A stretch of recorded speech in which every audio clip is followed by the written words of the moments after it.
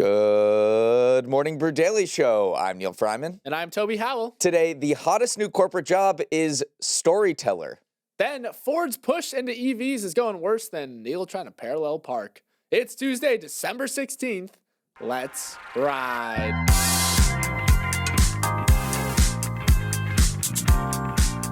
I am a great parallel parker, actually. I learned on the mean streets of South Philadelphia where everyone is watching you. I didn't even have a backup camera at that time.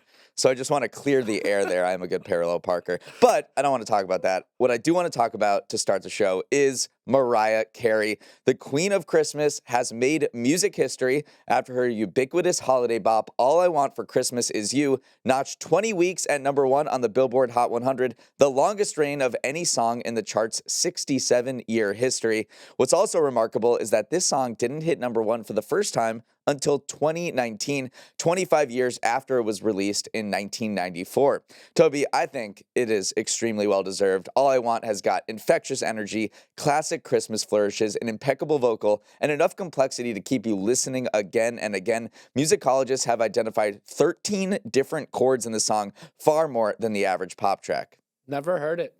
You want to sing it for me, Neal? As you're parallel parking for me?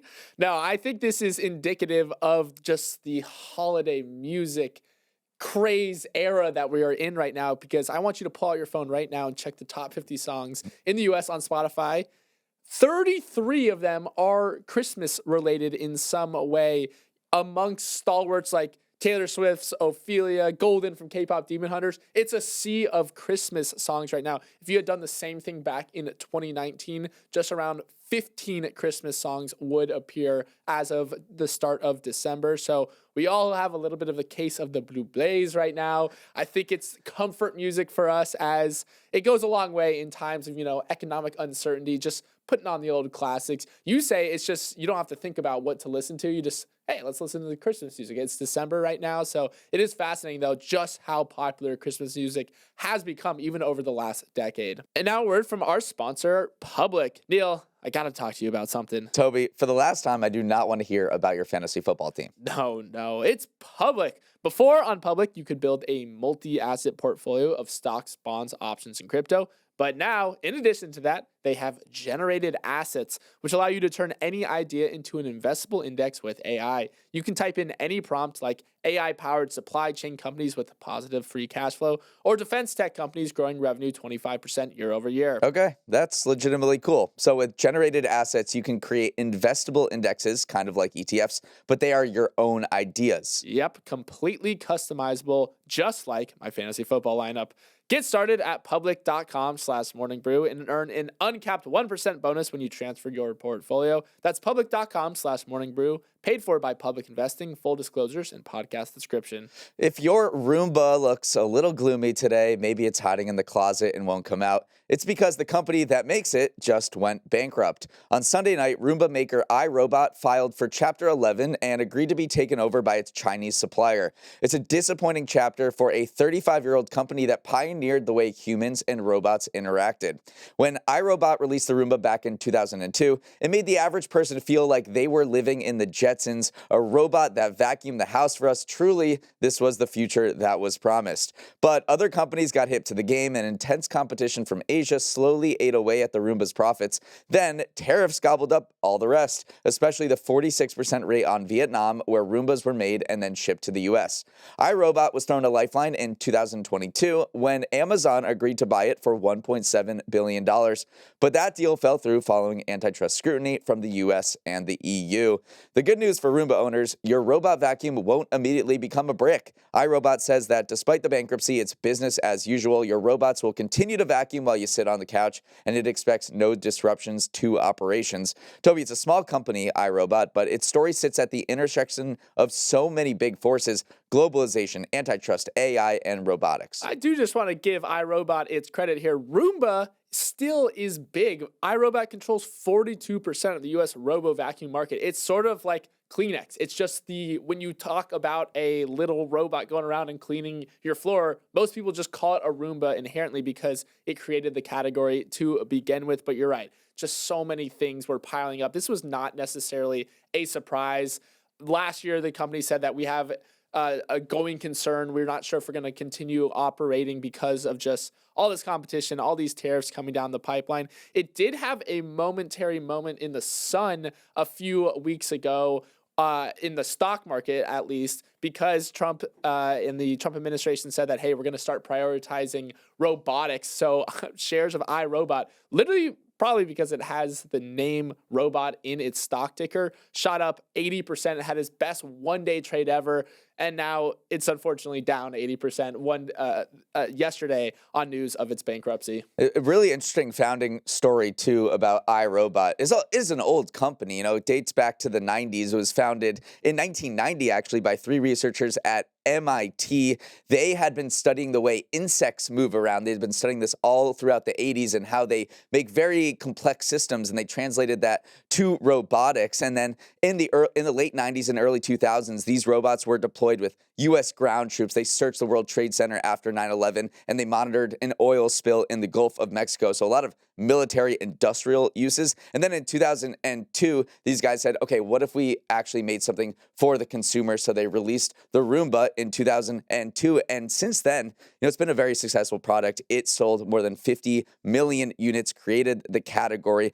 But there was all this competition. They've been forced to cut their prices because of all, this has happened across the economy. Chinese low cost goods have been flooding into the markets all around the world, forcing domestic companies to cut their prices, and their profits just cratered as a result.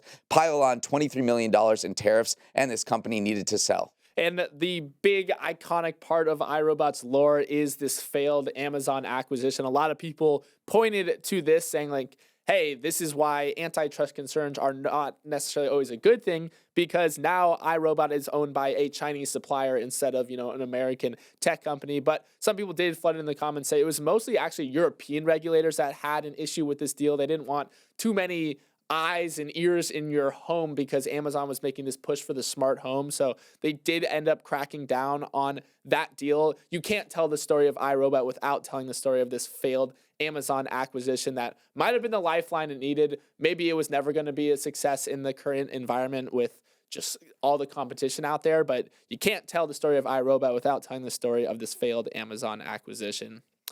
Moving on, you ever come back from a night out and see a regrettable credit card bill? Well, Ford is getting these Sunday scaries to the tune of $19.5 billion. The automaker announced yesterday that its foray into electric vehicles cost the company $19.5 billion in the form of an impairment, its biggest admission yet that its EV ambitions were misjudged. This one-time write-down is one of the largest ever taken by a U.S. company, something that Ford CEO Jim Farley tried his best to spin as a good thing. Instead of plowing billions into the future knowing these large EVs will never make money, we are pivoting, Farley said. We now know enough about the U.S. market where we have a lot more certainty in the second inning of its EV push. As part of the restructuring, Ford is canceling some of its carefully laid plans. It's canning one of its planned electric F-Series trucks and converting its once buzzy F-150 Lightning into an extended-range hybrid instead of a pure EV. It is also repurposing some of its battery plants to pump out good old-fashioned gas and hybrid vehicles instead.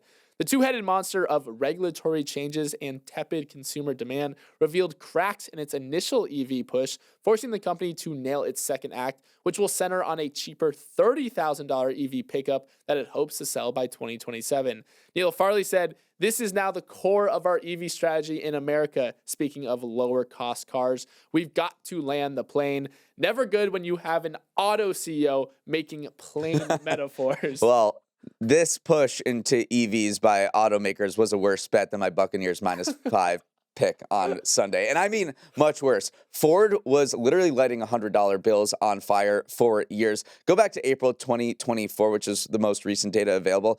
Ford was losing $132,000 on each electric vehicle that it sold. It's lost $13 billion in total on its EV business from 2021 to 2024. If you hear automaker CEOs talk about it, from Mary Barra at GM to Jim Farley at Ford, they're saying that they got ahead of the consumer. And some of this has to do with government incentives to push these automakers to make electric vehicles, but the consumer was just not there. They never caught on in a big way, at least yet here in the United States. There are many reasons for that, whether it's the high cost or not enough chargers, or that the fact that gas is below $3 a gallon now. But for whatever reason, that automakers got way ahead of the consumer, and now that they say to a T, we're following where the customer is going, and the customer is still buying hybrids, and they're still buying internal combustion engine cars. Yeah, I think Farley's saying knowing these large EVs will never make money, that was where they miscalibrated a little bit, because one thing Americans do love is big cars. That is where a lot of these companies make their money, big SUVs, no longer sedans. We've talked about this a lot on the show, how every automaker is pivoting away from these smaller cars into making more money on selling bigger cars. So you would think, what do they want in the EV market? You want these big, hulking American vehicles. But it turns out that is not the case, which is why they're kind of recalibrating around this $30,000 pickup truck, which is more affordable, a little smaller in scale, and hybrids. Hybrids is the other part of this push, is that maybe we just weren't ready to go all in on EVs. Honda has calibrated this really well. While everyone was making the full pivot, building all these battery factories, they kind of said, we're going to wait and see and do the half measure of literally a hybrid. So it is interesting to see him say that we now know what the American consumer wants. It's smaller, cheaper EVs and or hybrids. Now, some analysts are quite skeptical that these automakers can pull off what they're saying. They're saying we can do this balancing act where we still lean into gas-powered cars and hybrids, but at the same time win this global EV race against China. Because right now, the Detroit Big Three, they collectively have less than 5% of the global EV market. The top three EV sellers are Tesla, Geely, and BYD. They together have nearly 40%. So they're saying you're trying to have it both ways here, Ford and GM. You want to lean into more gas-powered cars, and you're winding down operations for a lot of your biggest EV sellers. And at the same time, you want to grab market share. You're saying that Chinese EVs are about to take over the world, and you want to compete against them. Well, how are you doing both? You're investing in more gas-powered cars instead of EVs. You're pulling billions of dollars out of that. It's not clear how you can win this global EV race when these other companies, especially in China, are going all in with these lower-priced cars, and you're still making gas guzzlers. So I think there's some skepticism around whether they can pull off this balancing act. Judy Hopps and Nick Wilde are the animal buddy cops the world needed right now. After another strong weekend in theaters, Zootopia 2 has crossed $1.1 billion at the global box office, becoming the biggest Hollywood movie of 2025. Moving into second place is the Lilo & Stitch live-action remake, giving Disney the first and second slots on the leaderboard and the only studio to produce two $1 billion movies this year. Zootopia 2 owes its stunning success to one market in particular, China. Chinese audiences have been obsessed with Zootopia since the first one arrived in 2016, and they showed up in force for the sequel. With over $500 million in Chinese box office receipts so far, it's broken all kinds of records for an American movie in China and could top Avengers Endgame as the highest-grossing Hollywood film there. And even more remarkable, it comes at a time when U.S. movies have largely pulled back from Chinese theaters. While China used to be a very lucrative market for American studios, it is the second largest theater market in the world after all. Domestic movies have squeezed out Hollywood productions in the last decade or so. Many Hollywood movies are banned from China by the government, or they're subject to tight censorship. Some massive global blockbusters like Top Gun Maverick and Spider-Man No Way Home decided to skip China altogether rather than undergo Beijing-friendly edits. But somehow, those sly foxes at Zootopia managed to thread the needle, and they're laughing all the way to the bank. There are so many trend-bucking elements of Zootopia right now. One, just the fact that we thought Disney was kind of over the hill when it comes to animation. They weren't making good movies anymore. Nope, still got their fastball. Zootopia is a great movie. The other trend that they're bucking is that, American movies said, we don't actually need you, China. Top Gun Maverick made $1.4 billion worldwide. That is obviously, a very pro-American movie, so did not air in China. Did absolutely fine. Spider-Man No Way Home, same thing, $1.9 billion worldwide. So Hollywood was saying, there are other markets out there. We can do just fine without you. But it is nice when you do have China because it is a massive theater market. Zootopia made over $100 million in one day in China. So obviously, if you can get your movie over there, you're going to want to, because look at how well this movie is doing. And this was no accident. Disney went all out on Zootopia after seeing how successful it was in 2016 in China. The only Zootopia land at a theme park is at Shanghai Disneyland. They did a partnership with China Eastern Airlines to create a Zootopia two planes. So they really put their thumb on the scale here to create that patented Disney flywheel where they kept people buying merch and interested in these characters from 2016 until now when they came back in force to the theater. So Disney did these really creative marketing strategies. They leaned into the year of the snake and just really know what's going on in that local market. And now they made $500 million in China on this movie. So really smart strategic plays by Disney in order to grab that market in China and make a lot of money off of it. I just like that the sloths talk really slow in Zootopia. I haven't seen it yet, but I'm excited to see Zootopia too. All right, we're going to take a quick break and come back with a story about storytelling. If you're a parent dropping banger bedtime tales for your kids, consider taking your talents to corporate America because you are in demand. Today's Toby trend is all about the sudden boom in job postings searching for storytellers. Microsoft is hiring a senior director of narrative and storytelling. Notion has a 10-person storytelling team, while USAA is hiring its 4th staff storyteller, which is about 4 more than you'd expect for a military-focused financial services company. Over on LinkedIn, there's been an outbreak of storytellers. The percentage of job postings that reference the term doubled in the past year, with more than 70,000 self-proclaimed storytellers across marketing, media, and communications. It's happening at the upper echelons of companies too. Executive used storyteller or storytelling 469 times through December 11th, up from 147 times a decade ago. What is a storyteller? It's sort of a modern Frankenstein's calm monster, part media relations manager, part corporate writer, part content marketer, and 100% a new rebrand of an old position that tech companies love pulling off. Maybe a decade ago, this would be called a story ninja or a words guru. Now the in vogue title is storyteller. Neal, unfortunately, I think we're storytellers too. Should we update our LinkedIns? I mean, podcaster is bad enough to have that as your title. This is something that companies do when a department maybe has a little taboo around it. They change the name to get people thinking that it's something else. There are a lot of HR departments that are now people operations, and this is exactly what's going on. So I'm sure a lot of you listening to this are rolling your eyes, but at the same time, you might be applying because these storytellers make a lot of money. The compliance technology firm Vanta began hiring for a head of storytelling this month.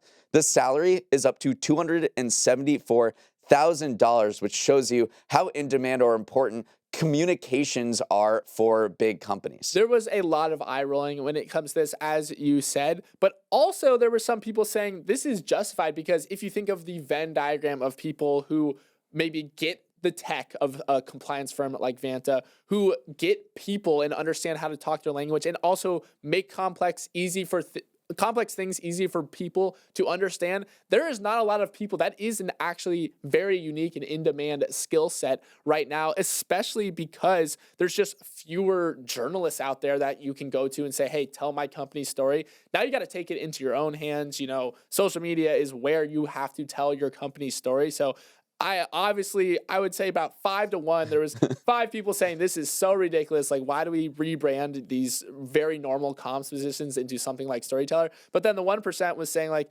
absolutely, these are exactly what you need to thrive as a company right now. So we should, 1, call them this, and 2, pay them a lot of money. I don't think we should stop at storytelling. If we're calling them storytelling, let's just go all the way in. I'm thinking we hire a spinner of yarns, a chronicler, or a bard. A bard, bring back bards, actually. They used to be, the hot thing going around. I like bard. I'm a bard. All right, let's sprint to the finish with some final headlines. Australian leaders vowed to immediately introduce tighter gun restrictions in response to the terrorist attack that targeted the Jewish community at a Hanukkah gathering on Sunday. 15 people died, marking the worst mass shooting in the country in nearly 30 years. Prime Minister Anthony Albanese said several measures were on the table, including limiting the number of guns someone can own and reviewing licenses over time. Australia has a history of moving rapidly to curb firearm access following mass shootings. After that 1996 shooting that killed 35 people, Australia quickly banned assault rifles and many semi-automatics in addition to shotguns. And gun ownership is rising again, which is why also in conjunction with this shooting, there is a lot of momentum around tightening gun laws again. There are more than 4 million guns in circulation. That's up 25% compared to 1996, which was when those first gun regulations were enacted. So it does seem like there is just broad momentum around this, obviously in the wake of such a tragedy as well. Next up, Nick Reiner, the 32-year-old son of Hollywood director Rob Reiner, has been arrested on suspicion of murder in the deaths of his parents. Nick had publicly struggled with drug abuse throughout his life, with he and his father actually making a scripted movie together based on his experiences with drug addiction called Being Charlie back in 2016. According to one anonymous source, Nick and Rob got into an argument at a holiday party the night before the couple's bodies were discovered too. Trump is also being criticized for a post on Truth Social where he indicated the deaths of Reiner and his wife were, quote, reportedly due to the anger he caused others through his massive, unyielding, and incurable affliction with the mind-crippling disease known as Trump derangement syndrome. Authorities say, though, that there is no indication that political beliefs had anything to do with their deaths. There's been a lot of great remembrances around Rob Reiner, and one of my favorites is that, so he made When Harry Met Sally. Now, that movie was supposed to end with them not being together, which is kind of unthinkable.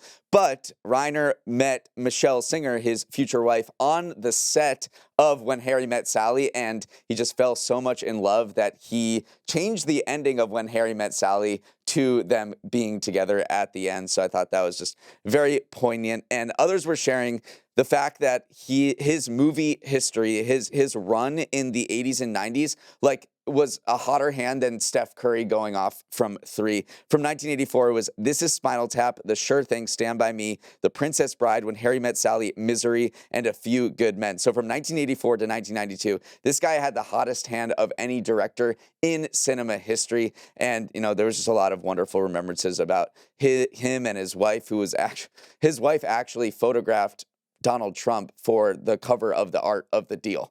So just crazy story here. All right, Merriam-Webster released its Word of the Year for 2025, and I'll give you the definition first to see if you can guess it. Digital content of low quality that is produced usually in quantity by means of artificial intelligence.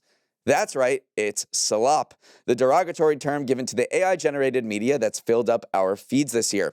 Slop didn't always mean that, of course, first being used in the 1700s to mean soft mud, but now it's commonly associated with things of low value, digital media, yes, but also food, as in bowl slop. Toby, slop definitely captures some of the pushback that people have had against AI. The right choice? Yeah, absolutely. First of all, I got to give you your flowers here because you called slop back when all these words first started coming out. You're like, it's gotta be slop, right? And it was slop. There's almost an air of defiance around slop as well, where it shows that, one, that you can recognize that something is AI generated, and then two, that you think it is not of the same quality as a human output. So calling something slop is signaling like, hey, I understand what's going on in the current environment, which is exactly what Merriam-Webster did right here. This is the right word to describe what is going on right now. Unfortunately, I do love bowl slop, which is the food aspect of this. The AI slop, I will not comment on. All right, that is all the time we have. Thanks so much for starting your morning with us, and have a wonderful Tuesday. If you want to get in touch, you can send a note to morningbrew@morningbrew.com or DM us on Instagram @MBDailyShow.